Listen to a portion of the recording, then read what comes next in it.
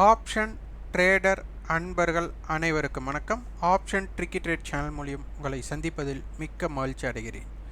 நான் உங்கள் சந்தோஷ். நான் செபியில் பதிவு பங்காளர் கிடையாது. இது பயிற்சிக்கான காணொளி. எந்த பரிந்துரையும் நாம் வழங்குவது இல்லை. இன்றைக்கி நம்ம காணொளியில் பார்க்க போகிறது ரொம்ப பேசிக்கான விஷயம். ஆனால் நிறைய பேர்த்துக்கு இதை உணராமல் இருக்கக்கூடிய விஷயம். ஆனால் இதுதான் ரொம்ப அடிப்படை. என்ன அப்படிங்கிறத நம்ம ஃபஸ்ட் பார்க்கலாம்.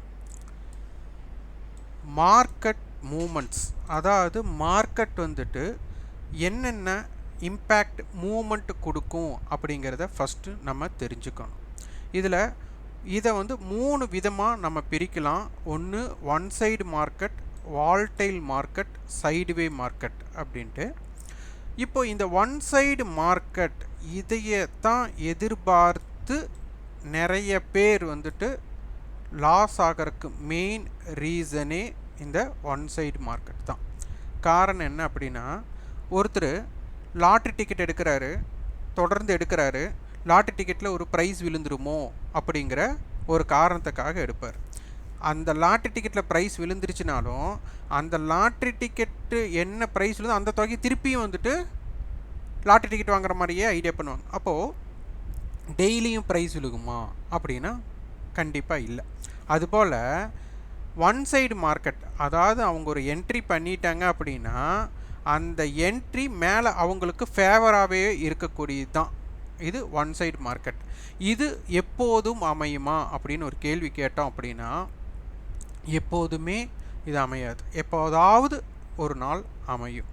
அப்போ ஒரு மந்த், ஒரு மாதம் அப்படின்னு நம்ம எடுத்துக்கிறோம். அப்போ அந்த இடத்துல என்ன அப்படிங்கிறது தான். அப்போ இதோட மீனிங் என்ன? Only up trend or down trend movement. அதாவது ஒரு பக்கமாக மார்க்கெட் இப்படி ஏறுறாங்க, ஒரு சின்ன கரெக்ஷன் கொடுக்குறாங்க, திருப்பி ஏறுறாங்க, திருப்பி ஒரு கரெக்ஷன் கொடுக்குறாங்க, திருப்பி ஏறுறாங்க. அப்போ இது தொடக்கத்தில் லோயர்லேயே, இப்போ மார்க்கெட் மேலே போகுதுன்னா லோயர்லேயே ஒருத்தர் வாங்கினவங்க பேசாமல் உட்காந்துட்டா போதும், அவங்களுக்கு ஒரு நல்ல ஒரு டாப் மூமெண்ட்டான இம்பேக்ட் ப்ரைஸை அவங்க ப்ராஃபிட்டாக அடையிறதுக்கு வாய்ப்பு இருக்குது. இது மேக்ஸிமம் என்ன ஆகும் அப்படின்னா, மார்க்கெட் மேலே போகிற மார்க்கெட்டில் ஒருத்தர் வந்துட்டு லாங் எடுக்கிறாரு, லாங் பொசிஷன் எடுக்கிறாரு அப்படின்னா, அதாவது பை பண்ணுறாரு அப்படின்னா அவர் போடுற ஸ்டாப் லாஸஸ் மேக்ஸிமம் இது வந்துட்டு ஹிட் பண்ணாது. அப்போ இதை தொடர்ச்சியாக இதை எடுக்கிறதுக்கு என்ன பண்ணுவாங்க, ட்ரைலிங் ஸ்டாப் லாஸ்ன்னு போட்டு கொண்டு போயிட்டே இருப்பாங்க. ஸோ அந்த மார்க்கெட். நெக்ஸ்ட் மார்க்கெட் வந்துட்டு என்னென்னா வால்டைல் மார்க்கெட். இது என்னென்னா sharp and fast price fluctuations, விலை வேறுபாடுகள் அதிகம் உள்ள சந்தை. அதாவது மார்க்கெட் ஏறும், நம்ம இது ஏறிட்டு தான் போயிட்டுருக்கு அப்படின்னு நினைக்கும்போது உடனே ஃபால் ஆகும். இது ஃபால் ஆகிட்டே இருக்குது அப்படின்னு சொல்லி போட்டு நம்ம விற்போம். திருப்பி அங்கேருந்து வந்து ஹையை பிரேக் பண்ணோம், திருப்பி வந்துட்டு இறங்கும். அதாவது ஒரு என்ன சொல்கிறது, மார்க்கெட் வந்துட்டு ரெண்டு பக்கமே மார்க்கெட் வந்துட்டு மொமெண்டம் ஆகிட்டே இருக்கும். இதில் எல்லாம் பார்த்தீங்கன்னா ரிவர்ஸ் ட்ரேட் பண்ணுறவங்க ஜெயிச்சிடுவாங்க. மார்க்கெட்டில் மேலே போயிட்டுருக்கோம், ஒருத்தர் வாங்கலாம்னு நினைப்பாங்க, ஒருத்தர் விற்பாங்க, அவங்களுக்கு நல்லா கிடைக்கும். கீழே போயிட்டுருக்கோம், ஒருத்தர் இங்கே வாங்குவாங்க, உடனே அவங்களுக்கு மேலே வரும். அப்போ இந்த மாதிரி வால்டைல் மூமெண்ட்டில் மார்க்கெட்டில் அவங்க என்ன மாதிரி நடந்துக்கணும் அப்படிங்கிறத பார்க்கணும். இந்த சைடுவே மார்க்கெட் இது வந்து ஒரு range bound market, no trend market அப்படின்னு சொல்லுவாங்க. ஒரு வரம்புக்குள் நடக்கிற மார்க்கெட். அப்போ இதையை வந்து நம்ம ஃபஸ்ட்டு தெரிஞ்சுக்கணும். நிறைய பேர் லாஸ் ஆகிறதும் ஓவர் ட்ரேட் ஆகிறதும் ஒரு டிசிப்ளின் இல்லாமல் ட்ரேட் பண்ணுறதும் இந்த சைடுவே மார்க்கெட்டில். இது ஏன் அப்படின்னா, இங்கே பாருங்கள்,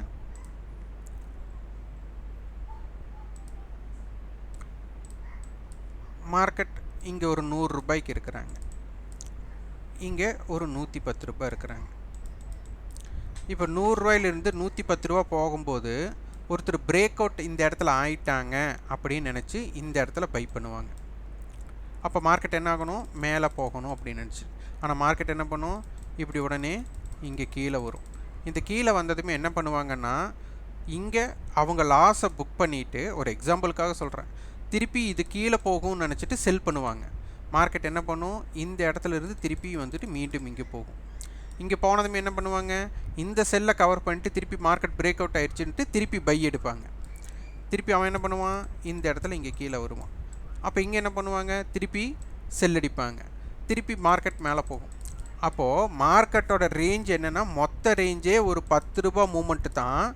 இங்கே வந்துட்டு என்ன பண்ணுவாங்க, இங்கே ட்ரேட் பண்ணதில் ஒரு 10 ரூபா லாஸ், இங்கே ட்ரேட் பண்ணதில் ஒரு 10 ரூபா லாஸ், இங்கே ட்ரேட் பண்ணல ஒரு 10 ரூபா லாஸ், இங்கே ட்ரேட் பண்ணல ஒரு 10 ரூபா லாஸ்னால் மார்க்கெட் மொத்த மூமெண்ட்டே நமக்கு வந்து ஒரு 10 பாயிண்ட் ரேஞ்சு தான். இதுக்குள்ளே 40 பாயிண்ட் லாஸ் பண்ணியாச்சு. இப்படி தான் பண்ணுவாங்கன்னு சொல்ல வரல, சிலர் வந்து இப்படி தான் பண்ணுவாங்க. ஏன்னா மார்க்கெட்டோட பேஸ்டாக ட்ரேட் பண்ணுவாங்க.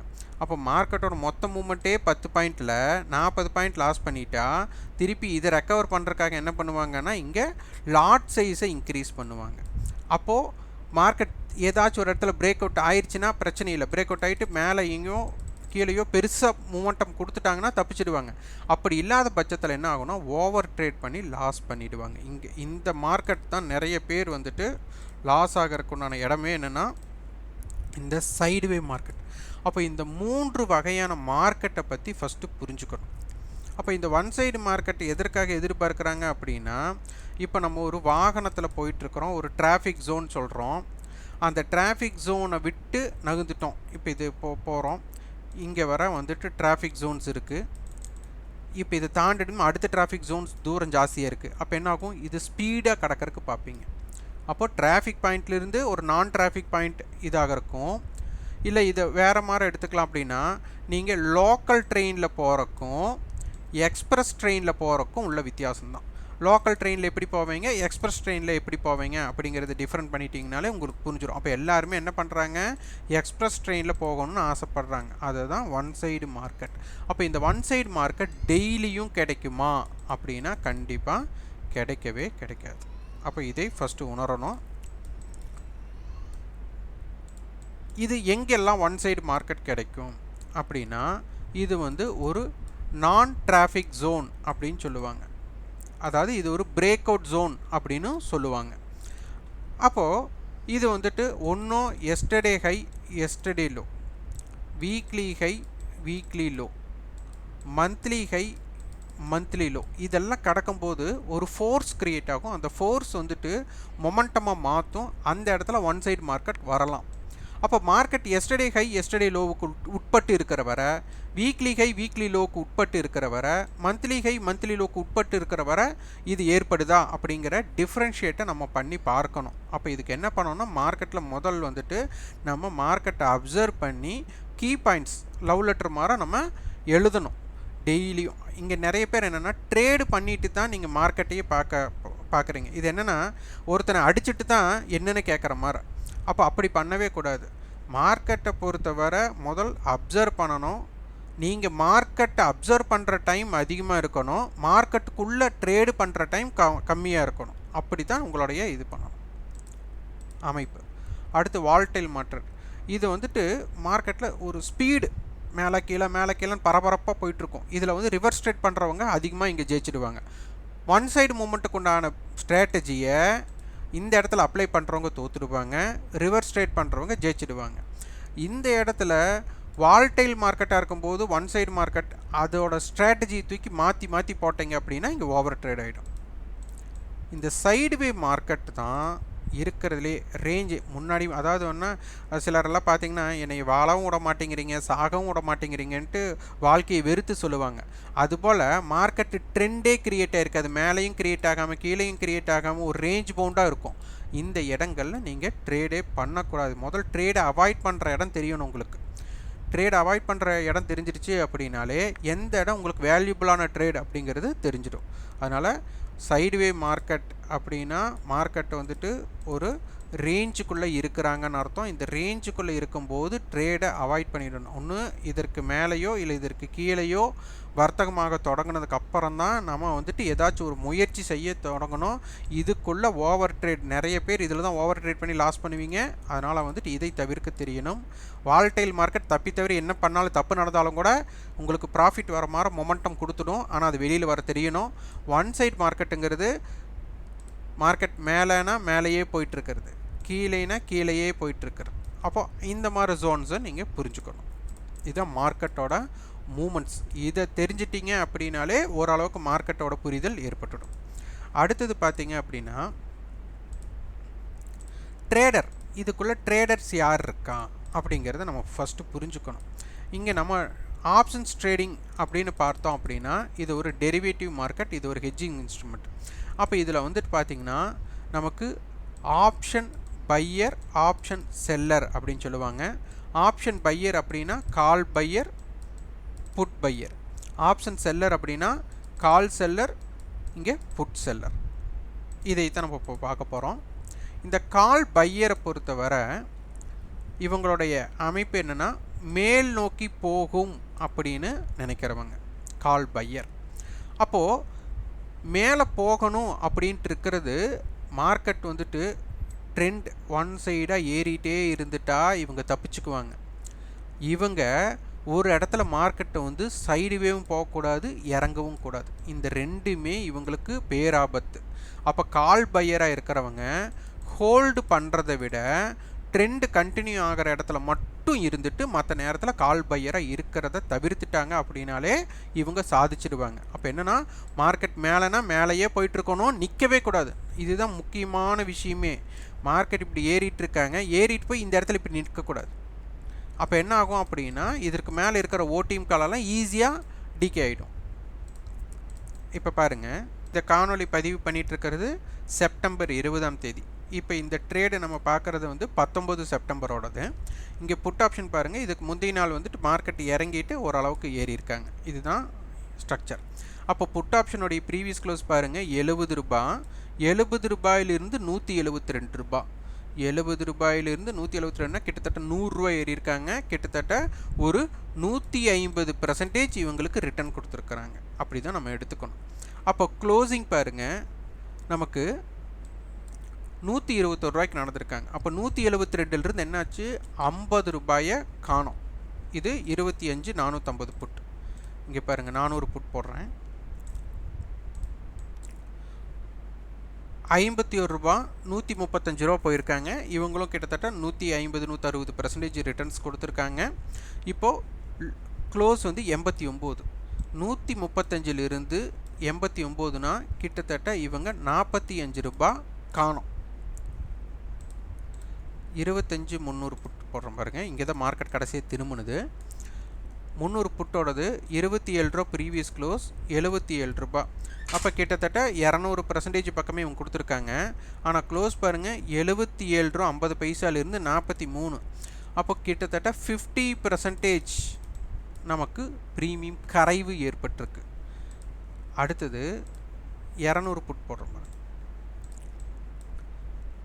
15 ரூபா க்ளோசிங், 42 ரூபா போயிருக்காங்க. 42 ரூபாயிலிருந்து 21 ரூபா. இது 50% காணும். அப்போது இங்கே என்ன நமக்கு தெரியுது, ஆப்ஷன் பையரை பொறுத்தவரை இப்போ வந்துட்டு மார்க்கெட் இறங்கிட்டு இருந்திருக்காங்க. அப்போ இறங்கிட்டு இருந்தது கண்டினியூ ஆகிட்டே இருந்திருந்தால் பிரச்சனை இல்லை. மார்க்கெட் வந்து ஒரு சின்ன யூடர்ன் அடித்ததுக்கு புட் ஆப்ஷன்ஸ் ஹையிலிருந்து 50% காணும் ஓடிஎம் புட் ஆப்ஷன்ஸ். இது ரொம்ப ரொம்ப முக்கியமான ஒன்று. இதை தெரிஞ்சுக்கிட்டிங்கன்னா தான் நீங்கள் ஹோல்டு பண்ண மாட்டீங்க. நிறைய பேர் ஹோல்டு பண்ணி தான் லாஸ் பண்ணுறீங்க. கால் பையர் அப்படின்னா மார்க்கெட் மேல் நோக்கி போகணும், அது தொடர்ச்சியாக போகணும். அதாவது ஆப்ஷன் பையர்னாலே வச்சுக்கோங்க, உங்கள் சைடு ட்ரெண்ட் கண்டினியூ ஆகணும், மார்க்கெட் நிற்கவே கூடாது, ஒரு இடத்துல ஸ்லோவே ஆகக்கூடாது. அப்போ நீங்கள் மார்க்கெட் எங்கேயாச்சும் சைடு வேக்குள்ள இருக்காங்கன்னா நீங்கள் ஆப்ஷன்ஸ் பை பண்ணுறதை முதல் தவிர்க்க வேண்டும். நமக்கு வந்து இன்ட்யூஷன் காட்டும், நம்ம இங்கே பண்ணால் இப்போ வந்துட்டு ஒரு 100 ரூபாய்க்கு வாங்கினோமா, இது ஒரு 10 லாட் வாங்கினோமா, இது 200 ரூபா போயிடுச்சு, நம்ம அமௌண்ட் டபுள்ட் ஆகும் நம்ம மனசு சொல்லும். ஆனால் கேட்கவே கூடாது. உங்களுக்கு ரிஸ்க் எவ்வளோ எடுக்கலாம் அதுங்கிறது உங்களுக்கு தெரியணும்.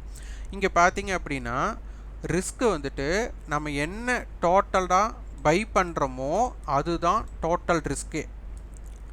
ஆனால் டைரக்ஷன் மூவ் கிடச்சிருச்சு அப்படின்னா ரிவார்டு உங்களுக்கு மிக அதிகம். 10 ரூபாய்க்கு வாங்கின 100 ரூபா போகலாம், 1000 ரூபா போகலாம், எவ்வளோ போகலாம், நல்லா ப்ராஃபிட் கிடைக்கலாம். ஆனால் மொமெண்டம் இல்லாமல் ஒரு இடத்துல நின்றுட்டான் அப்படின்னா இது ஜீரோ. அவ்வளோதான் கான்செப்ட். கால் செல்லர், இங்கே தான் நிறைய பேர் மாட்டிக்கிறீங்க. இப்போ மார்க்கெட் மேலே போயிட்டு திருப்பி இந்த இடத்துல கீழே வருவான் அப்படின்னு உங்களுக்கு தெரியுது அப்படின்னா எல்லோரும் புட் ஆப்ஷனை போய் பை பண்ணுவீங்க. ஆனால் காலை தான் நிறைய செல் அடிப்பாங்க. ஏன் அப்படின்னா இவங்களுக்கு சந்தை மேல் நோக்கி மட்டும் போகக்கூடாது, அவ்வளோதான், மேலே மட்டும் போகக்கூடாது. இங்கே சைடுவேவும் இருக்கலாம், மார்க்கெட் கீழேயும் இறங்கலாம், ரெண்டுமே பண்ணலாம். ஆனால் இவங்களுக்கு மெயின் என்ன, சைடுவே போனாலே போதும். அதாவது மார்க்கெட் ட்ரெண்ட் கண்டினியூ மட்டும் ஆகக்கூடாது கால் செல்லருக்கு, அவ்வளோதான் விஷயம். மார்க்கெட் மேலே மட்டும் போகக்கூடாது. அப்போ இதை உணர்ந்தாலே புரிஞ்சுக்கலாம். அப்போ நல்ல மார்க்கெட் மேலே போயிட்டுருக்கோம். நிறைய பேர் என்ன பண்ணுவாங்கன்னா, மேலே போயிட்டு இருக்கும்போது இந்த இடத்துல ரிவர்ஸ் வந்துடும் அப்படின்னு நீங்கள் நினச்சிங்கன்னா புட்டை பை பண்ணுவீங்க. புட்டை பை பண்ணவே கூடாது. இங்கே சைடுவே போயிடுச்சுன்னா புட் ஆப்ஷனுடைய வேல்யூவும் கரையும், காலோட வேல்யூவும் கரையும். இதுதான் நிறைய பேர் மாட்டிக்கிற இடம். இதை நல்லா புரிஞ்சுக்கணும். ரிவர்ஸ் ட்ரேட் பண்ணணும் அப்படிங்கிறவங்க அந்த இடத்துல ரொம்ப இம்பேக்டாக இருக்கணும். அப்போ கால் செல்லர் அப்படிங்கிறவங்களுக்கு நமக்கு ப்ராஃபிட் அப்படிங்கிறது முதலே தேர்ந்தெடுக்கப்பட்டது. நீங்கள் எவ்வளோ ப்ரீமியத்தை செல் அடிக்கிறீங்க, 100 ரூபா ப்ரீமியத்தை செல் அடிக்கிறீங்கன்னா உங்களுக்கு 0 ஆனால் 100 ரூபா ப்ராஃபிட், அவ்வளோதான். ஆனால் லாஸ் அப்படிங்கிறது மேக்ஸிமம் உங்களுக்கு அன்லிமிட்டெட், அவ்வளோதான். ஹெட்ஜிங் பண்ணிங்கன்னா அந்த லாஸை தவிர்க்கலாம். ஆனால் மற்றபடி லாஸ் அப்படிங்கிறது உங்களுக்கு லிமிட்டெட் கிடையாது. இதுதான் உங்களுக்கு கால் பையர் அப்படின்னா சந்தை ஏறணும், ஏறிட்டே இருக்கணும், நிற்கக்கூடாது. கால் பையருக்கு சந்தை தாழ்ந்தால் அல்லது சைடுவே போனால் லாஸ் வரும். கால் செல்லருக்கு சந்தை ஏறவே கூடாது, ஏறினா லாஸ் வந்துடும். அதே மாதிரி கால் செல்லருக்கு சந்தை சைடுவே போகலாம், இல்லைன்னா கீழேயும் போகலாம், அவங்களுக்கு அப்போ ப்ராஃபிட். அப்போ இந்த ஜோனை நீங்கள் ஃபஸ்ட்டு புரிஞ்சுக்கணும். அடுத்தது புட் ஆப்ஷன் பையர். சந்தை வந்துட்டு இவங்களுக்கு கீழ் நோக்கி மட்டுமே தான் போகணும், அப்போ தான் உங்களுக்கு இது ப்ராஃபிட் உங்களுக்கு கிடைக்கும். என்ன பண்ணக்கூடாது, ஒரு இடத்துல ஸ்டாண்ட் ஆகக்கூடாது, மார்க்கெட் யூடர்ன் அடித்து மேலே வரக்கூடாது. இந்த ரெண்டுமே நடக்கூடாது ஆப்ஷன்ஸ் பையர்ஸ்க்கு. அவங்களோட கண்டினியூட்டி இருந்துகிட்டே இருக்கணும். சைடுவே நகர்ந்தால் அவங்களுக்கு இழப்பு ஏற்படும், சந்தை மேலே ஏறினால் மூளை இழப்பு ஏற்படும். இவங்களுக்கும் பார்த்தீங்கன்னா ரிஸ்க் அதிகம். அப்படின்னா இவங்களுக்கு ரிஸ்க் கம்மி தான், ஆனால் ரிஸ்க் அதிகம்னா அவங்க எடுக்கக்கூடிய மொத்த கேபிட்டலுமே ரிஸ்க் தான். அதனால தான் ரிஸ்க் அதிகம்னு கொடுத்துருக்கோம். ரிவார்டு வந்து டைரக்ஷன் மூவ் கிடச்சிருச்சு அப்படின்னா ரிவார்டு அதிகம். ஆனால் டைரக்ஷன் மூவ் கிடைக்காம சைடுவே அண்ட் ரிவர்ஸ் ட்ரேட் நடந்துருச்சு அப்படின்னா இவங்களுக்கு லாஸ் தான் ஏற்படக்க அதிக வாய்ப்பு. புட் செல்லர்னா சந்தை இவங்களுக்கு கீழே போகக்கூடாது, கீழே போனால் அவங்களுக்கு லாஸ். அப்போ கீழே போகக்கூடாது. அப்போ என்ன ஆகணும், சந்தை மேலே போகணும், இல்லைன்னா சைடுவேவாக இருக்கணும். இந்த ரெண்டு தான். மேலே போகும் தெரிஞ்சால் நீங்கள் காலை பை பண்ணிடுவீங்க. ஆனால் சைடுவேக்கில் போயிடுச்சுன்னா காலோட ப்ரீமியம் கரையும், புட்டோட ப்ரீமியம் கரையும். அதனால் சந்தை மேல் சென்றாலும் சரி, சந்தை நிலையாக இருந்தாலும் சரி, ப்ரீமியம் டிகே மூலம் அவங்களுக்கு லாபம் ஏற்படும். அப்போது புட் பையருக்கு சந்தை கீழ் நோக்கி போகணும், அதுதான் அவங்களுக்கு லாபம். புட் பையருக்கு சந்தை மேல் நோக்கி போகக்கூடாது, பக்கவாட்டு சைடுவேவும் போகக்கூடாது, இது வந்து சைடுவே. புட் செல்லருக்கு வந்துட்டு சந்தை வந்து மேலே போகலாம் அல்லது பக்கவாட்டு சைடுவேக்குள்ளே போகலாம், அது லாபம் கொடுக்கும். புட் செல்லருக்கு சந்தை கீழே மட்டும் போகக்கூடாது, சந்தை கீழே போனால் அவங்களுக்கு லாஸ் ஏற்படும். அப்போ இதை பேஸ் பண்ணி நம்ம பார்க்கணும். அப்போது நம்ம இன்றைக்கி பார்த்தீங்க அப்படின்னா நம்ம 2 டாபிக் 3 டாபிக் பார்க்கலாம் பார்த்தா இதுவே டைம் அதிகமாகிடுச்சு. இன்றைக்கி நம்ம பார்த்த டாபிக் என்ன அப்படின்னா மார்க்கெட்டோட மூமெண்ட்ஸ் பார்த்துருக்குறோம். One side market, volatile market, sideway market, இந்த 3 விதமான மார்க்கெட் பார்த்துருக்குறோம். இதில் ட்ரேடர் அப்படின்னா நமக்கு option buyer, option seller. Option பையரில் வந்துட்டு call buyer, call seller, put buyer, put seller பார்த்துருக்குறோம். அடுத்த காணொலியில் நம்ம வந்துட்டு இந்த ஓப்பன் ஸ்ட்ராட்டஜி பற்றி பார்க்கலாம்.